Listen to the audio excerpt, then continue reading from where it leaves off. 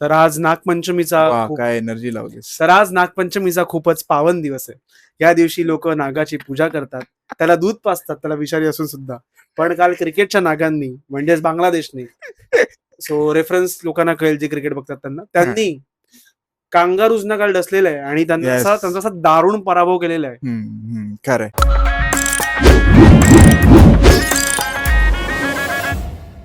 पण हल्ली मला वाटतं की ऑस्ट्रेलिया थोडीशी कमकुवत होत चालली. तिथे ऑस्ट्रेलियामध्ये जाऊन लोक त्यांना खूप हरवायला लागले त्यांनी. म्हणजे जर तू बघशील की आपण त्यांना 2 वेळा जाऊन हरवलं, नंतर वेस्ट इंडिजने आता रिसेंटली हरवलं त्यांना. आपण सिरीज हरवली 2 वेळा. वेस्ट इंडिजने हरवलं, नंतर मग आता बांगलादेशने हरवलं. फक्त इंग्लंड तेवढी बाकी आहे, कारण की इंग्लंडची साईड तेवढी चांगली नाहीच आहे तसं मला वाटतं. पण इंग्लंड एक ॲशेस तर जिंकली, ऑस्ट्रेलिया 2010 वगैरे जिंकली. 2010 पण आता रिसेंटली जे काही 5-6 वर्षात लोक तिथे जाऊन त्यांना हरवतात त्याचं मी म्हणतोय. हा खरं. आणि मला तेच वाटतं की जे म्हणतात तेच आहे की आमच्या काळची ऑस्ट्रेलिया वेगळीच होती. आता ती ऑस्ट्रेलिया राहिली नाही असं मला वाटतं. 1990 साली आम्ही जन्माला पण नव्हतो आलो, पण टीमाची ऑस्ट्रेलिया इव्हन आपल्या लहानपणी पण लिटरली 2011च्या वर्ल्ड कप पर्यंत किंवा 2008 पर्यंत 7 ते वर्ल्ड कप जिंकले तोपर्यंत म्हणजे असं होतं की जेव्हा ऑस्ट्रेलिया हरवणं म्हणजे एकतर कुठेही हरवणं खरं. मला अजूनही आठवतं की 8ची जी सिरीज झाली होती ज्यात ते सगळं कांड झालं, बकनरचं कांड, हरभजनचं कांड, मंकी गेट सगळं झालं. बकनर अँड ब्रेस्टन त्या सिरीजला पण केवढं बेन्सन ब्रेस्टन तर इंग्लंडचा प्लेअर आहे, बॉलर होता. बेन्सन तर अंपायर होता. तर त्या सिरीजला पण केवढं कठीण होतं इंडियाने त्यांना. एकतर इंडियाकडे एक मॅच जिंकलेलो आहे, सिडनीची मॅच जिंकलेलो काय जिंकलो आणि सिडनीच्या मॅचला चिटिंग झाली होती आणि आपण अजून एक जिंकलो असतो, पण काहीतरी मग ते पाऊस त्यात चिटिंग झाली आणि 2 आपण हरलो. चिटिंग वाली मॅच ते केलं मला माहिती आहे. आउट आहे. त्यावरती गावस्कर बोलले पण होते. पण बकनर आणि सचिनचं हेच होतं बाई, काय म्हणत 36चा आकडाच होता. आता रिसेंटली बकनरचा एक इंटरव्ह्यू पण होता, त्यामध्ये तो काहीतरी बोललेला त्याला सॉरी बिरी वाटलं काहीतरी आठवत नाही मला, पण तो काहीतरी फायदा नसतो. खरं. येस, ऑस्ट्रेलिया आणि बांगलादेशवर येऊया आपण. खरं. तर काल ते डार्विनच्या एका ग्राउंडवरती, अच्छा बाय द वे अजून एक स्टार्ट आहे की 2000 पासनं जिथे तेवढं जे काही क्रिकेट खेळलं गेलेलं आहे त्यात त्यांना आजवर पाकिस्तानने पण कधी टेस्ट मॅच नाही हरवली, त्यांना बांगलादेशने हरवली. बांगलादेशचा सेकंड एशियन टीम ज्यांनी तिथे त्यांना टेस्ट मॅच हरवली. अच्छा. आणि बांगलादेशने याआधी 2 की 3 मॅच खेळले फक्त. तिसरी होती, दोन्ही हरले होते. मला तरी खेळले होते पण नवल वाटतं. नाही ते खेळलेले ते. ऑस्ट्रेलिया आय गेस आता बांगलादेशमध्ये जाऊन हरून आलेली, त्यामुळे त्यांचा कॉन्फिडन्स जरा हाय असेल बांगलादेशचा. खरं. आणि माझ्यामध्ये त्यांचं क्रिकेट पण खूप इम्प्रूव्ह झालेलं आहे बांगलादेशचं. तर आपण आधी ग्राउंड वरती डार्विन नावाचं ग्राउंड आहे, ते मी कुठल्याच सिरीज मध्ये कधी ऐकलं नव्हतं. नाही पण ते असं यांच्यासाठीच ठेवलं असणार की बांगलादेश आली, कधी लोकल क्लब मॅचेस सगळ्यासाठी, कधी पाकिस्तान आली, कधी श्रीलंका आली, तर तिथे जाऊन खेळतील. पण बघ ना, जर तू बघशील India, South Africa, Australia, New Zealand या 4 देशांच्या जर मॅचेस होतील तर त्या मेन ग्राउंडलाच होतील. सेंटर्स आहेत त्यांचे. सिडनी झालं, पर्थ झालं, मेलबर्न झालं, ब्रिस्बेन झालं तुझं, या सगळ्या, आणि ऍडिलेड झालं. ऍडिलेड आता नवीन जे ग्राउंड बनलं त्याचं ऑस्ट्रेलिया, ते वाला झालं. सो ह्या टीमसाठी ती अशी जी ओपन बँक्स वाली ग्राउंड आहेत ते ठेवलेत वाटतं त्यांनी. करेक्ट. आणि गरीब देशांना ही सगळी ग्राउंड की जे आम्ही प्रॅक्टिस करतो, चला या प्रॅक्टिस करा. पण त्याच प्रॅक्टिस मध्ये काल त्यांना बांगलादेशने हरवलेलं. आणि खूप इंटरेस्टिंग असं बांगलादेश क्रिकेटचं एक कॉमेंटेटर आहे, त्याचं नाव मला माहित नाही ऑब्व्हियसली, तर त्याने खूप भारी रिसर्च केला होता त्यांच्या टीमवरती बांगलादेशच्या. सो तू बघशील तर गेल्या काही वर्षात बांगलादेशने, म्हणजे त्यांनी जो अंडर 19 वर्ल्ड कप जिंकला इंडिया अगेन्स्ट, लक्षात असेल त्या लफडी झालेली झाली लफडी, आय गेस रवी बिश्नोईची वगैरे लफडी झाली होती माझ्यामध्ये. आणि त्यानंतर त्यांनी जे फास्ट बॉलिंग मध्ये इन्व्हेस्ट केलेलं आहे, काय होता त्यांच्याकडे मुशरफी मोर्तजा होता जो नेहमी मारच खायचा होता. तर टस्किन अहमद त्यांचा खूप चांगला बॉलर होता खूप वर्ष. टस्किन जे आहे, रुबेल हुसेन वगैरे, पण आता त्यांच्याकडे रिसेंटली रुबेल हुसेन पण मार खायचा. तेच ते लोक, पण टस्किन अहमद एवढा मार नाही खायचा, चांगली बॉलिंग करायचा. टस्किन अहमद चांगला बॉलर. विराटची एक रायव्हलरी पण होती खूप, माहिती 15च्या वर्ल्ड कपला वगैरे.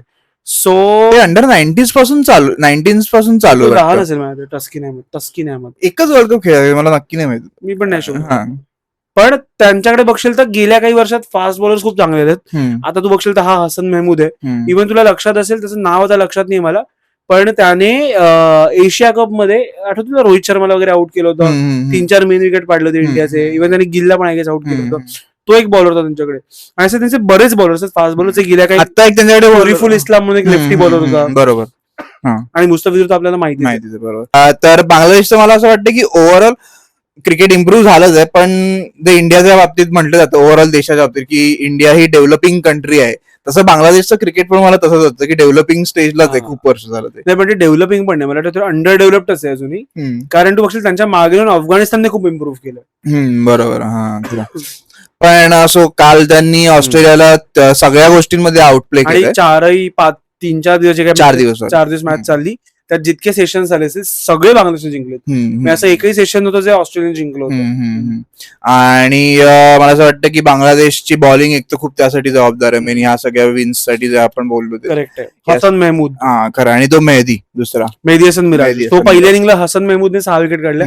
सेकंड इनिंगला मेहदी हसन मिराजने 5 विकेट काढलं. येस. आणि ऑस्ट्रेलियाची जर तू बॅटिंग बघशील तर हा हेड भडवा तो फक्त आपल्या विरुद्धच खेळतो आणि तो फिल्डिंग पण फक्त रोहित शर्मा चांगली करतो. हा सेम कॅच ड्रॉप केली आहे त्याने. तेच मला आता मी बघत होतो जेव्हा हायलाइट्स मध्ये सगळं थोडं गोथ्रू करण्यासाठी, तर त्याने सेम कॅच ड्रॉप केला. असं झालं की भाई काय करतो. तेव्हा त्याचं बोट पण तुटलं होतं. असं 2023च्या गोष्टी नको आता परत. ब्रेकअप पण तेव्हा झालं होतं ना. सॉरी. ट्रॅव्हिस हेड बद्दल बोलायला गेलंस तर ट्रॅव्हिस हेड 2 वेळा सेम पद्धतीने आउट झाला. तू बघितलं या मॅचला इनसाइड एज लागून. सो त्याचा विकनेस आपल्याला माहिती होता. नाही तसे बॉल पण पडले पण त्याचं नशीब खूप त्या दिवशी जे काही त्याला 2-3 बॉल शमीने कट केले त्यामध्ये ते ब्रिलियंट बॉल होते. अजूनही आपण त्या मॅच वर बोलायचंय. एक वर्ल्ड कप होऊन गेला त्यानंतर नाही येईल आता त्यानंतर. तर ट्रॅव्हिस हेड एक पहिल्या इनिंगला 22 आउट झाला. दुसऱ्या इनिंगला पण तो जास्त काही खेळला नाही. 17 रन्स करूनच आउट झाला. आणि बोल्ड झाला दोन्ही इनिंगला. सो आय गेस पुढच्या वर्ल्ड कपला आपण हे लक्षात ठेवलं पाहिजे की त्याला कसं आउट करायचं. खरं. पण लक फॅक्टर सारा त्याच्या साईडने होता त्या दिवशी. ते उस दिन उसका था वो उसके नसीब में लिखा था वर्ल्ड कप. आणि नवीन जो त्यांचा प्लेअर आलाय जेक वेदरलँड असं काहीतरी. वेदरलँड ना. नाही वेदरलँड हा. तो पण दोन्ही इनिंगला फ्लॉपच गेला. एका इनिंगला 23 आणि मग पुढच्या इनिंगला तो जेवढ्या मॅचेस केल्या एवढा काही भारी खेळला नाही आता. Is not that Australian man. खरं आता काढतील त्याला. ऍक्च्युली मानस लॅबुशनला पण काढलं पाहिजे. नाही मला असं वाटतं की आता गेल्या काही वर्षात जे आपण म्हणतोस ना, जसं तू म्हणास की ऑस्ट्रेलियन क्रिकेटचा एक डाऊनफॉल पेक्षा तुला तेवढं इम्पॅक्टफुल वाटत नाही. जेव्हा की यातही त्यांनी 2 वर्ल्ड कप जिंकलेत. 15चा जिंकले आणि 23चा जिंकलेत. आणि इंडियाने फक्त 11चाच जिंकलाय. त्यानंतर इंडियाने काही जिंकलं नाही. पण तू ते वर्ल्ड कप सोडलेस तर अपार्ट फ्रॉम दॅट त्याचे टेस्ट मॅचेस आणि त्याची त्यांची एक ती काय म्हणतो ना ऑस्ट्रेलियामध्ये त्यांचा जो डॉमिनन्स होता त्या काळात. इन जनरल ओव्हरऑल वर्ल्ड क्रिकेटवर जो डॉमिनन्स होता तो आता नाहीये. तो ऑब्व्हियसली इंडियाचा आहे. जरी इंडिया मोठा 50 ओव्हरवाला वर्ल्ड कप नसेल जिंकली तरी इंडिया सिरीज विन्स म्हण किंवा T20 वर्ल्ड कप म्हण किंवा चॅम्पियन्स ट्रॉफी म्हण ते सगळ्या गोष्टी जिंकली इंडिया. बरोबर. सो त्या बाबतीत बोलायला असं वर्ल्ड डॉमिनन्स मध्ये इंडियाच आहे. आता ऑस्ट्रेलिया 1 नंबरला आहे टेस्ट मध्ये. बट तेवढा त्यांची तेवढी आता धाक नाही. त्यांचा दबदबा तेवढा राहिलेला नाही. म्हणजे तू बघशील तर मला यासाठी मेन रिझन वाटतं की त्यांची बॅटिंग. म्हणजे तू बघशील एक काळ होता त्यांच्याकडे आपल्या पण थोडा आधी कदाचित त्यांच्याकडे एकतर ओपनिंगला लँगर आणि हेडन होते. वन डाऊन पॉन्टिंग होता. त्यानंतर 2 डाऊन त्यांच्याकडे मार्कवा होता. त्यानंतर स्टीव्हा होता. गिलख्रिस्ट होता खाली त्यांच्याकडे. सो ते जे होतं इव्हन आपल्या डेमियन मार्टिन होता म्हणून.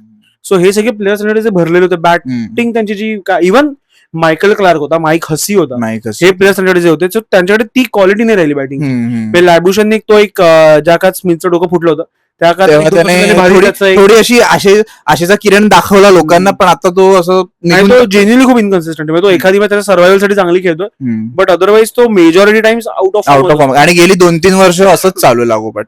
खरं. त्यामुळे माहिती आहे स्मिथवर खूप जास्त प्रेशर आहे आता असं मला वाटतं. कारण की असं जर तू बघायला गेलं जर आपण ऑफ द कॅमेरा बोललो की लेजंड बघायला गेलं असं ऑस्ट्रेलियाकडे आता बॅटिंग मध्ये एखाद्या जो Steve Smith after Clarke passing out त्यांच्याकडे गेल्यानंतर त्यानंतर फक्त स्मिथच आला. वॉर्नर पण होता ऑब्व्हियसली. पण काय सांगू आता मिडल वॉर्नर हा ओपनर मध्ये आणि वॉर्नर इंडिया चांगला नाही. एक्झॅक्टली तेच म्हणतो. स्मिथ सगळीकडे जाऊन सो असं काय सांगू पॉन्टिंग आणि त्या सगळ्या लीग मध्ये बघायला गेलं तर एक स्मिथच आहे. बाकी तर बॉलिंग मध्ये ऑब्व्हियसली मला ओलिपॉप वाटतो त्यांचा की ज्याच्याकडे सगळे आशेने बघत असतात पण तो कधीच नाही खेळत. बरोबर. बॉलिंग मात्र मला वाटतं की त्यांची त्याच लेवलला अजूनही आहे, कारण कमिन्स आहे, स्टार्क आहे, हेझलवूडने तर 6 विकेट मध्ये ऑफ मॅच होतात, पण त्या त्यांच्याही गेल्यात, मॅग्राथच्या वगैरे पण गेल्यात, पण त्यांची बॅटिंग जेवढी डिटेरिएट झाली आहे तेवढी काहीच झालं नाही असं म्हणतात. खरं. येस. आणि काय बांगलादेश बद्दल बोलायला हवं, त्याच्याबद्दल आपण व्हिडिओ ऍक्च्युली ऑस्ट्रेलियाचे जे हे आहेत कंटेंट क्रिएटर्स आहेत ते दोघं, द ग्रेट क्रिकेटर वाले, त्यांनी पहिला मॅच चालू व्हायच्या आधी एक बांगलादेशला ट्रोल करण्यासाठी व्हिडिओ बनवलेला की we don't know the names also, की आम्हाला यांची नावं पण नाही माहित आहेत बाई, तर आम्ही कसं हे करणार, म्हणजे एवढी लहान टीम आहे असं असं केलेलं, असा व्हिडिओ बनवला.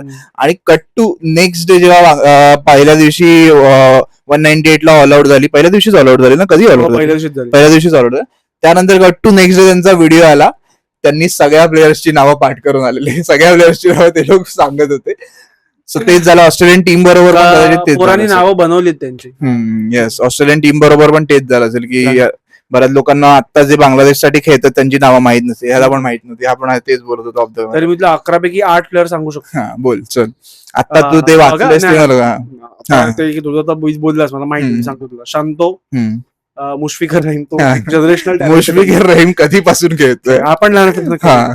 त्यानंतर मुशफिकर रहीम, लिटन दास थर्ड झाला. लिटन दास नाहीये पण या मॅच आहे, चांगला प्लेअर तू.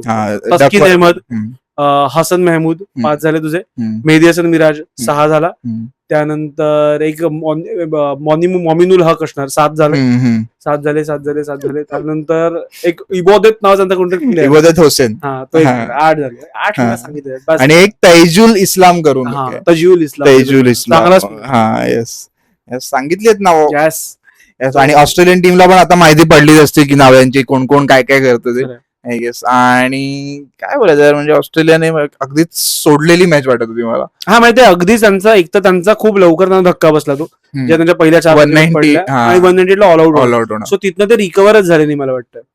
आणि मला वाटतं की मी आता पुन्हा त्याचे स्टार्क वगैरे बद्दल ते भारीच बोलू शकत, पण ते जे आहे ना की ते जे आपल्या काळातली ऑस्ट्रेलिया करायची ना, 111 किंवा 211 मारून समोरच्या टीमला हरवायची. 3 वर्ल्ड कप तू बघशील त्यांनी फायनल तर इंडियाला झोपवली अख्खी, पण त्या वर्ल्ड कपला ते 3-4 मॅच अशा जिंकलेत की ते 200 रन मारलेत, पण समोरच्या टीमने रेस्ट्रिक्ट केलं, कारण त्यात त्यांची बॉलिंग तेवढी फायरी होती. ब्रेटली असेल, मॅग्राथ असेल, शेनवॉन होता, तो बिअर पिऊन वर्ल्ड कप बाहेर पडला. नाही, पण ओव्हरऑल जर तू त्या जनरेशनचं म्हणशील तर ऑब्व्हियसली शेनवॉन पण येतोच. सो तेवढं मला वाटत नाही, हेझलवूड वगैरे तेवढे कॉम्पिटेटिव्ह वाटत नाहीत मला. रिषभ पंतने त्यांच्या पुढे नाही, मला त्यांच्यामध्ये दोघं जण मला खूप हे वाटतात की त्या लेवलच्या पॅट कमिन्स आणि स्टार या दोघांना काहीच सोडणं. हेझलवूड पण ऑब्व्हियसली चांगला बॉलर आहे, line but is more of थोडा मॅग्राथच्या कॅलिबरचा बॉलर आहे, पण मॅग्राथच्या इंटेन्सिटीचा बॉलर नाही असं मला वाटतं. माहिती तो थोडा इंडियन मेंटॅलिटीचा बॉलर वाटतो हेझलवूड, खूप आरसीबी मेंटॅलिटीचा. नाही, ग्रेटच आहे तो ऑब्व्हियसली, पण जे ऑस्ट्रेलियन एक ऑस्ट्रेलियन मेंटॅलिटी जी असते ती मला स्टार्क आणि कमिन्स मध्ये वाटते, कमिन्स मध्ये जास्त वाटतं ऍक्च्युली. ते एक आहे त्यांचं. आणि ग्रीन मध्ये पण नाही वाटत मला. नाही, ग्रीन पण इंडियन खेळला, 100 ग्रीन बाई खेळला. म्हणजे ग्रीनच्या पण जागेवरती खूप प्रश्न होते, कारण मिचेल मार्शला काढून त्यांनी ग्रीनला कन्सिडर केलं टीम मध्ये, कारण मिचेल मार्श पण तुला बॅटिंग मध्ये खूप जास्त ताकद प्रोव्हाइड करतो. खरं, पण त्याच्या बॉलिंगचा जरा इश्यू आहे, आणि त्याला बुमराने अख्खाच उघडला होता त्या सिरीजला अख्ख्या. सो त्यांनी ग्रीनवरती ट्रस्ट केला, आणि ग्रीन गेल्या 2-3 सिरीजला एवढं काही खास केला नव्हता, पण त्याने फायनली ह्या मॅचला थर्ड इनिंगला चांगली बॅटिंग केली आहे. बरोबर, आणि थर्ड इनिंगला केली, ते खूप जास्त महत्वाचं अंडरलाईन करून सांगावं लागेल की थर्ड इनिंगला केली, सेंचुरी मारली. येस, आणि गरज होती ऑब्व्हियसली ऑस्ट्रेलियाला. त्यानंतर कपाळत होत्या त्यांच्या, ज्याच्याकडे नाहीये त्याने त्यांना वाचवलं. कोण? ग्रीनला माहिती ना किती सीन आहे त्याचा, काही गोटी नाहीये. मी ऍक्च्युअली रिसर्च मी करतो. तू काय करतो त्या पॉडकास्टसाठी? मी डीप रिसर्च करतो. काय करतो तू? खरं तू एकदम आतला रिसर्च करतोस. बांगलादेशने फर्स्ट इनिंगला भाई 426 मारलेत, आणि त्यामध्ये तंजीद तमीमने सेंचुरी मारली पहिल्या इनिंगला. त्याची 3 नाव आहेत काय? तंजीद हसन तमीम. नक्की काय म्हणजे ते नीलनितीन मुकेश. नंतर मॉमिनुलने 49 मारले, ऑब्व्हियसली. शँटो त्यांचा कॅप्टन आहे जो, त्याने 84 मारलेत, आणि खाली लहानला 6 मारला रे. अरे भाई, उचलून फेकलं त्याने. आणि नंतर मुशफिकर रहीम पण ठीकठाक आहे, 36 रन्स मारून गेले. आणि खाली मेहदी हसन मिराजने 65 मारले, त्याने बॉलिंग पण टाकली, त्याने बॅटिंग पण, ऑलराऊंडर आहे. सो ओव्हरऑल बांगलादेशच्या टीमने पूर्ण त्याचा शँटो जेव्हा पोस्ट मॅच प्रेझेंटेशनला आला तेव्हा तो बोलला की मॅन ऑफ द मॅच पूर्ण बांगलादेश टीमला द्यायला हवं, कारण की ओव्हरऑल टीम आणि फिल्डिंग डिपार्टमेंट मध्ये पण बघशील तर तू बांगलादेशने फिल्डिंग बेटर केली ऑस्ट्रेलियापेक्षा. ऑस्ट्रेलियाने खूप कॅचेस ड्रॉप केल्या त्या मॅच. एक स्मिथने स्लिपला केली, एक लायनने केली, एक हेडने केली. बरोबर आहे. स्मिथने 2 कॅच ड्रॉप केल्या, एक स्लिपला केली आणि एक ललवा कॅच ड्रॉप केली. कमिन्सच्या बॉलिंगला केली, मला बॅट्समन आठवत नाही कोण आहे पण कमिन्सच्या बॉलिंगला केली ती. सो 426 मारले बांगलादेशने 198 ऑल आउट करून त्यांनी ती मॅच अशी हे नाही केली, लूज नाही घेतली. बरोबर. त्यांनी पूर्ण ती इंटेन्सिटी हायच ठेवली त्यांची. 200 चेस करत होते तेव्हा पण ते वाटत होते की त्यांची एक आहे की आम्ही मॅच क्लीन संपवणार, ग्रेटने संपवणार, की म्हणजे 56 किंवा 57 टू इन होता, 57 टू इन आहे म्हणून इझी नाही घेणार आम्ही. आणि मला असं वाटतं की आता त्यांच्याकडे थोडा अजून कॉन्फिडन्स येईल. ऑब्व्हियसली ते पुढच्या मॅचला जाऊन हगले नाही पाहिजे, जेवढे ते लोक खेळले त्या मॅचला. पुढची मॅच ऍटलीस्ट ड्रॉ तरी झाली पाहिजे, किंवा मग ते जिंकायच्या हिशोबानेच उतरणार तिथे काही हा कॉन्फिडन्स ते घेऊन जाणार पुढे. आणि मला एक चांगलं वाटलं की त्यांनी नागिन डान्स नाही केला का, मे बी त्यासाठी श्रीलंकेसोबतच करतात. मला वाटलेलं की भाई फुल एकदम जोशात सेलिब्रेट वगैरे करतील, ते धोनी सारखं गेलं वाटतं. 2000 सीबी सिरीज जेव्हा जिंकलेलो आपण, ते वाटतं सिरीज जिंकल्यावर सेलिब्रेट करतील. ऍक्च्युली मग नागिन डान्स दिसेलच आपल्याला, पण नाही जिंकलं तर मजा येईल, डान्स घरी घेऊन जा. तर सेकंड इनिंगला पण ऑस्ट्रेलिया एवढं काही खास नाही करू शकली. 284 रन्सच केले ऑस्ट्रेलियामध्ये फक्त. ग्रीनने एकट्याने फाईट केलं आणि स्मिथने 44. स्मिथ 2 इनिंगला बरा खेळला, 40 रन्सच मारले पण त्याने. करेक्ट. आणि बांगलादेशने आउटप्ले केले भाई, आणि मग शेवटी मग 56 रन्सचाच लीड होता ऑस्ट्रेलियाकडे, 57 टू इन होतं बांगलादेशकडे. हेझलवूडनेच एक विकेट घेतला, जो काही घेतला तो. आणि पहिल्या इनिंगला पण त्याने 6 विकेट घेतल्या होत्या. हा एक्झॅक्टली. सो ऑस्ट्रेलियाकडून असा ग्रेट कोणाचा परफॉर्मन्स आला नाही, एक ग्रीन सोडल्यास आणि हेझलवूड सोडल्यास, त्यामुळे टीम परफॉर्मन्स जरा मिसिंग होतं यावेळी. आणि ऑस्ट्रेलियाकडे काही जागा आहेत ज्या त्यांनी इम्प्रूव्ह कराव्या, जसं की लॅबुशेन आहे. मला त्या लॅबुशेनची त्यांनी रिप्लेसमेंट शोधायला हवी आता. हा खरं आहे. अजून कोण आहे लॅबुशेनच्या जागी, कोण येऊ शकतो? तो जो एक माणूस होता त्यांचा, जो सतत इंजर्ड व्हायचा, नाव विसरलं त्याचं, तर तो रिटायर पण झाला. हा, त्याचं नाव विसरलं मी. शिटाचा केस थोडे मोठे होते. कोहलीला त्याने हे कळलं मला. तोच ना, तो वेगळा, तोच ना. हा, तो म्हणतो जो खूप इंजर्ड असायचा, तो म्हणतोस. नाही, आता रिसेंट जो कोहलीने त्याला धक्का मारला, कळलं मला. तो असा फुल मारून खेळत होता आणि तो नंतर एका. नाही तो वेगळा. अच्छा, ओके, मला नाव नाही आठवत यार. पोल्टरफील्ड पुकॉस्की विल पोकोस्की असं काहीतरी. येस, तो एक होता त्यांच्याकडे, पण त्याने रिटायरमेंट घेतली. तो इंजर्डच जास्त. नाही, त्याला ते बॉल डोक्याला खूप वेळ लागलेला, त्यामुळे तो इंजर्ड होता. डोक्यावरती खरंच परिणाम झाला. सो एका पॉइंटला तो बोलला की मी अजून नाही घेऊ शकणार भाई, माझा मेंदू जागेवर नाही राहणार. येस, ग्रीनच्या गोट्या, त्याचा मेंदू, अजून कोणाचं काय काय केलं असेल माहित नाही आपल्याला. खरं.